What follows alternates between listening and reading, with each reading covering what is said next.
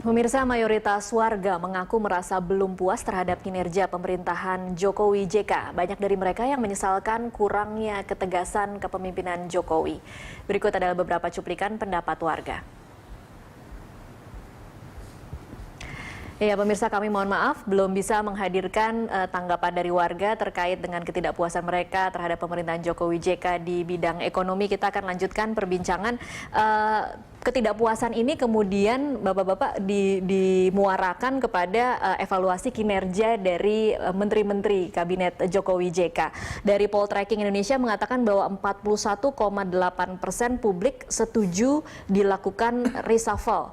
Jadi secara umum publik setuju bisa dilakukan perombakan di kabinet kerja. Pak Erani, menurut Anda seberapa signifikan kalau kemudian ada pergantian menteri, khususnya menteri-menteri di bidang ekonomi, terhadap mungkin menjaga harga-harga stabil, kemudian menjaga pertumbuhan ekonomi sesuai target, dan menjaga berbagai hal lain yang misalnya seperti rupiah yang lebih stabil, apa akan signifikan dengan mengganti? Kalau saya pribadi lebih menginginkan reshuffle itu paling cepat 1 tahun. Oke. Anda melihatnya saat ini belum butuh reshuffle, bahwa 6 bulan ini menteri-menteri itu masih belajar terlalu atau singkat untuk memberikan penilaian atas kinerja mereka, gitu ya. Dari term 5 tahun katakanlah, gitu ya, kemudian 6 bulan di tengah situasi tadi itu mereka tidak memiliki sepenuhnya lingkungan yang memungkinkan bisa bekerja sepenuhnya, gitu ya. Tadi misalnya contoh beberapa birokrasi di eselon 1, eselon 2 itu belum bisa ditunjuk definitif, hal semacam itu. Nah, oleh karenanya 6 bulan ke depan itu saya kira adalah waktu yang sangat berharga untuk memberikan penilaian, dan kita cukup memiliki bahan untuk menentukan bahwa Kementerian A yang dipimpin oleh Menteri B tadi itu memiliki stok kepemimpinan, pengetahuan, dan manajerial atau tidak untuk bekerja pada aspek itu. Apa indikator yang nantinya akan dijadikan alat untuk menilai para menteri? Kalau dulu kan kita tahu ada UKP 4 kalau zaman Presiden SBY. Saat ini kan yang kalau kita dengar yang menilai akan Jokowi sendiri, kira-kira tools apa yang nanti harusnya digunakan untuk bisa menyatakan bahwa menteri ini sudah memenuhi target atau menteri ini belum maksimal? Saya kira kan sudah ada target yang diberikan oleh pemerintah untuk masing-masing kementerian. Itu yang mesti dipakai oleh pemerintah. Yang kedua adalah soal efektivitas dari setiap kebijakan yang dibuat. Mungkin saja satu kementerian produktif dalam membuat kebijakan, tetapi tidak ada jejaknya di lapangan. Itu tidak efektif artinya, gitu. Hal-hal semacam itu bisa menjadi sumber penilaian di samping target-target yang tadi bisa diukur, gitu ya. Itu yang bisa dipakai oleh pemerintah, dan tentu saja ada beberapa aspek yang lain, misalnya kemampuan bekerja sama dengan kementerian atau lembaga yang lain, ke pemerintah daerah dan seterusnya, karena tidak mungkin satu menteri itu akan mengerjakan satu urusan dia sepenuhnya, hanya pasti membutuhkan koordinasi dengan kementerian lain dengan level horizontal maupun vertikalnya. Baik Pak Wijayanto, kalau sejauh ini sebenarnya evaluasi terhadap kinerja para menteri bagaimana, dan apakah memang ada semacam tools atau alat untuk mengukur mereka sudah bekerja sesuai dengan target atau tidak? Jadi sebelum ke sana, saya ingin mendiskusikan dulu apakah reshuffle itu perlu atau tidak, gitu ya. Memang reshuffle bukan sesuatu yang tabu di berbagai kabinet dilakukan, tetapi pertanyaannya adalah apakah itu solusi terbaik, begitu ya. Kembali masih terlalu awal untuk melihat kinerja para menteri, timnya belum lengkap, anggarannya belum turun, dan lain sebagainya. Nah, meskipun kalau kita lihat dalam 6 bulan ini bisa terlihat kasat mata siapa yang larinya lebih kencang, siapa yang dengan kondisi yang sama, maksudnya dengan kondisi bahwa di kementeriannya pejabat-pejabat eselon 1-nya belum benar-benar diisi dengan lengkap, tetapi kita bisa lihat ada yang memang bisa lari lebih cepat, ada yang kok tidak terdengar kerjanya gitu. Ya, tantangan masing-masing kementerian lain, gitu ya. Ada kementerian yang relatif slim, relatif bisa bergerak dengan cepat. Ada kementerian yang ini merupakan nomenklatur baru di bawah koordinasi Kemenko yang baru dan lain sebagainya. Tentu tantangannya akan sangat lain. Kalau menurut saya yang paling tepat adalah kita lihat betul kinerja dalam beberapa bulan ke depan. Apakah setelah timnya lengkap, setelah budget jalan, itu ada progres begitu. Jadi belum ada ya pembahasan tentang reshuffle? Saya tidak tahu karena pasti yang mendiskusikan ini adalah Pak Jokowi dan Pak JK, dan beliau berdua punya cara yang khas untuk menilai orang. Oke, saat ini kita sudah ada pemirsa yang ingin bergabung dan memberikan pendapat tentang perbincangan kita saat ini. Ada Pak Widodo dari Bekasi. Silakan Pak Widodo. Halo. Selamat malam Pak Widodo. Suaranya kecil sekali Pak Widodo. Halo, selamat malam. Halo, selamat malam. Iya, silakan Pak Widodo. Ya, itu kan pertanyaannya begini, sampai kapan harga melambung kan gitu ya? Ya, selama pasar itu dilepas ke pasar bebas, saya kira harga akan melambung, itu akan susah.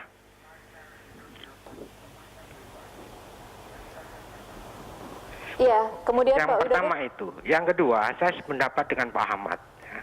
Itu Bulog harus ya. Kenapa? Kalau pasar bebas, saya kira itu tidak ada teori untuk diintervensi oleh pemerintah, karena itu pasar itu terbuka. Teori apa untuk mengintervensi pasar yang terbuka itu? Saya kira susah. Nah, dan yang ketiga, ini banyak ya teman-teman saya yang di kampung-kampung ini Bekasi ini, seolah-olah pemerintah sekarang ini tidak ada presidennya, menterinya jalan sendiri-sendiri, termasuk staf ahlinya juga seperti itu. Saya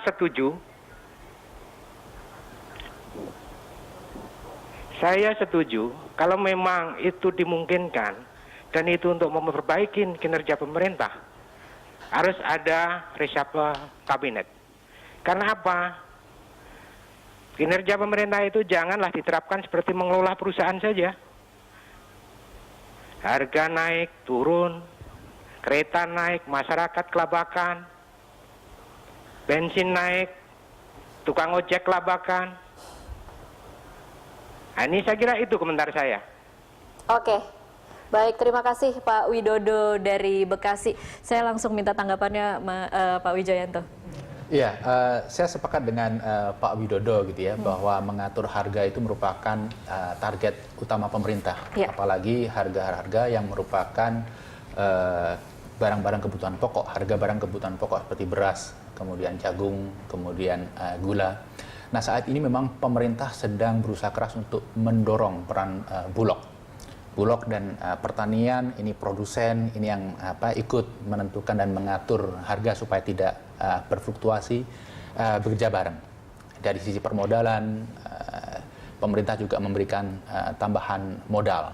Dari sisi orang-orang yang mengelola, pemerintah juga melakukan penggantian dan diisi dengan orang-orang yang sangat profesional. Saya sendiri yakin melihat apa yang dilakukan selama ini akan ada perbaikan dalam hal stabilitas. Bahkan sekarang sudah mulai didiskusikan. Ini sebentar lagi ada perubahan musim. Bagaimana kalau El Nino itu panjang? Bagaimana kalau terjadi kekeringan? Ini sudah mulai dibahas. Jadi insya Allah ke depan segalanya akan lebih stabil karena kita lebih siap dengan data yang lebih bagus. Dengan data yang lebih bagus. Oke, Pak Erani mungkin ada komentar dari pendapat Pak Widodo tadi. Yang pertama, konsolidasi kebijakan perlu dilakukan oleh pemerintah. Ada beberapa kebijakan yang saya kira keluar dari jalur RPJM maupun di atasnya ada nawacita gitu ya. Ini keluar jalur dari nawacita awalnya. Khususnya begini, saya kira di bidang ekonomi itu perlu ada penyesuaian gitu ya, yang perlu dilakukan. Jadi ada beberapa kebijakan yang kemudian menimbulkan efek bagus dalam jangka pendek ini. Ekspor sudah mulai, neraca perdagangan sudah mulai positif Januari sampai Maret gitu ya. Transaksi berjalan juga sudah defisitnya mudah turun. Persetujuan investasi pertumbuhannya bagus. Gitu. Oke, ini sesuatu yang bagus yang kemudian tidak terlalu didengar oleh masyarakat. Ya, tapi kemudian memang ada beberapa kebijakan yang saya kira itu bisa menurunkan semangat dari nawacita untuk memperkuat misalnya kedaulatan maupun kemandirian ekonomi dan seterusnya. Apa misalnya kebijakan? Keinginan yang terlalu kuat untuk meningkatkan penanaman modal asing tanpa terlebih dahulu mencoba mempromosikan penanaman modal dalam negeri dan seterusnya. Itu perlu di sini, karena di dalam RPJM itu targetnya jelas tahun 2019, tahun ini, tahun kemarin baseline-nya itu kan PMA menyumbang sekitar 66% dari total investasi di Indonesia, dan kemudian tahun 2019 itu paling tidak udah 50-50. Yeah. Nah, kalau kemudian pemerintah karena didorong kepentingan jangka pendek untuk meningkatkan investasi dan jalan pintas yang dilakukan adalah mendorong investasi asing tadi itu, maka kemudian target yang tadi ditulis itu menjadi tidak ini. Itu yang saya sebut bahwa konsolidasi kebijakan itu menjadi penting. Oke, baik. Nah, yang kedua, tadi terkait dengan pertanyaan tadi itu, mungkin perlu dipilah kebijakan-kebijakan yang dalam jangka panjang itu memang akan membuat struktur dan pondasi ekonomi nasional itu menjadi lebih bagus, tetapi dalam jangka pendek ada Konsekuensinya ya. biaya yang mesti ditanggung Iya. tadi itu gitu ya. Misalnya mengurangi subsidi BBM gitu ininya, dialihkan dengan infrastruktur dan seterusnya. Tapi kemudian efeknya adalah kepada kenaikan harga tadi itu. Nah, bantalan kebijakan itu harus dibuat lebih mapan, yang dampak negatif kepada masyarakat itu dikurangi sebanyak mungkin gitu ininya. Karena ini bukan hanya soal rakyat itu puas atau tidak puas dengan kinerja pemerintah, tetapi yang harus dinafkahi oleh pemerintah adalah bahwa kebutuhan primer mereka itu, kebutuhan dasar mereka itu harus terpenuhi. Itu karena mandat konstitusi. Oke. Itu yang saya kira segera dilakukan. Harus segera dilakukan. Oke, Ya. kita potong dulu di sini, nanti kita lanjutkan. Pemirsa tetaplah bersama Prime Time Talk. Kami akan kembali usai jeda komersial berikut. Pemirsa, kita lanjutkan perbincangan. Saya ke Pak Wijayanto untuk menanggapi tadi yang dikatakan oleh Pak Erani tentang bagaimana keinginan terlalu kuat untuk penanaman modal asing. Tetapi ini kalau mungkin dikontraskan, harga-harga kebutuhan pokok masyarakat tuh tinggi sekali. Kenapa kemudian konsentrasinya lebih kepada membuka keran untuk investasi dari asing? Ya, sebenarnya begini, dalam kondisi seperti sekarang, ada dua hal yang bisa diandalkan untuk mendongkrak pertumbuhan ekonomi. Ekonomi tumbuh, lapangan pekerjaan, pendapatan masyarakat, kesejahteraan, itu rantainya. Yang pertama adalah anggaran pemerintah. Makanya didorong supaya bisa di-spend dengan cepat, lebih cepat dari tahun-tahun sebelumnya, dengan budget untuk infrastruktur yang cukup besar, naik sekitar 100 triliun dibanding tahun sebelumnya. Yang kedua adalah investasi. Memang tidak dibedakan investasi asing dan investasi domestik. Dua-duanya diundang. Yang asing kita fokus kepada high quality investment. Jadi bukan lagi investasi yang ingin mengambil batu bara, mineral, tambang, dan lain sebagainya, tapi investasi di sektor-sektor yang high quality, yang menciptakan lapangan kerja, seperti manufacture, otomotif. Ini merupakan area yang sekarang sedang menjadi fokus banyak investor luar negeri. Dan pemerintah juga mencoba mendorong, memfasilitasi supaya ketika investasi asing masuk itu mereka menggandeng investor lokal. Misalnya, ambil contoh saja dalam investasi sektor otomotif. Kita mengharapkan supaya Indonesia ini akan menjadi basis produksi mobil dari beberapa produsen asing. Tetapi untuk pasar ekspor dengan local content yang tinggi, 60%, 70%, atau bahkan lebih. Nah, disitulah kita mengharapkan ada industri spare part yang tumbuh di Indonesia. Memang industri spare part lokal perlu berkolaborasi dengan asing, masalah teknologi dan lain sebagainya. Oke. Kita dorong untuk ada kolaborasi. Jadi ketika investor asing masuk, pemerintah pun tidak serta-merta melepaskan begitu saja, tapi juga mendorong supaya menggandeng investor lokal. Oke, Pak Erani, pemerintah kita sanggup tidak sih melakukan ini, kemudian mengendalikan juga situasi ekonomi dan pertumbuhan ekonomi di dalam negeri sambil kemudian membuka keran untuk penanaman modal asing? Salah satu kesalahan lama yang kita lakukan adalah, dan efeknya sampai sekarang, kita membangun industri yang bahan bakunya bukan dari sini. Oke. Sebaliknya, kita punya sumber daya lokal, bahan baku yang luar biasa besar, tidak diolah di sini. Oleh karena itu, yang sederhana saja sebetulnya dan tidak memerlukan modal yang besar, itu kita mencoba untuk mendorong agar bahan baku tadi itu kemudian diteruskan menjadi sektor industri. Kita bicara soal kelapa sawit, kita bisa bicara soal karet, kemudian kopi, coklat, perikanan dan seterusnya gitu ya, serta pertambangan, macam-macam. Kalau itu dilakukan, kita lakukan dalam jangka pendek ini, pertama itu tidak memerlukan investasi yang terlalu besar. Seperti halnya kalau kita melakukan investasi dengan tingkat teknologi yang sedemikian tinggi gitu ya. Yang kedua, efek terhadap penciptaan lapangan pekerjaan itu luar biasa besar. Karena itu rata-rata adalah pada tenaga kerja, tidak terlalu. Yang ketiga, sebagian besar tenaga kerja kita yang pendidikannya hanya SMP ke bawah itu bisa terlibat ke sana atau SMA ke bawah, karena itu tidak menghendaki adanya tingkat keterampilan yang terlalu tinggi. Kalau itu bisa dilakukan, maka satu, nilai ekspor kita itu akan bisa cepat terdongkrak. Karena meskipun pasar sekarang tidak begitu bergairah di pasar di luar nilai ekspor. Karena ada beberapa negara yang sebetulnya pertumbuhannya bagus. Di Afrika Selatan tumbuh, kemudian di Eropa Timur, kemudian Amerika Latin, beberapa kawasan Asia yang selama ini belum tergarap. Orientasi kita kan selama ini seakan-akan bahwa ekspor itu harus ke Amerika, Cina, Jepang, ASEAN gitu ya. Padahal masih sangat banyak pasar yang mesti digarap. Nah, tadi ekspor akan segera meningkat, kemudian pengurangan pengangguran, pengurangan kemiskinan menjadi sangat mudah, relatif mudah dilakukan gitu ininya ya. Karena ada penyerapan tenaga kerja dan seterusnya. Baik, switching ini sudah dilakukan belum sih Pak Wijayanto?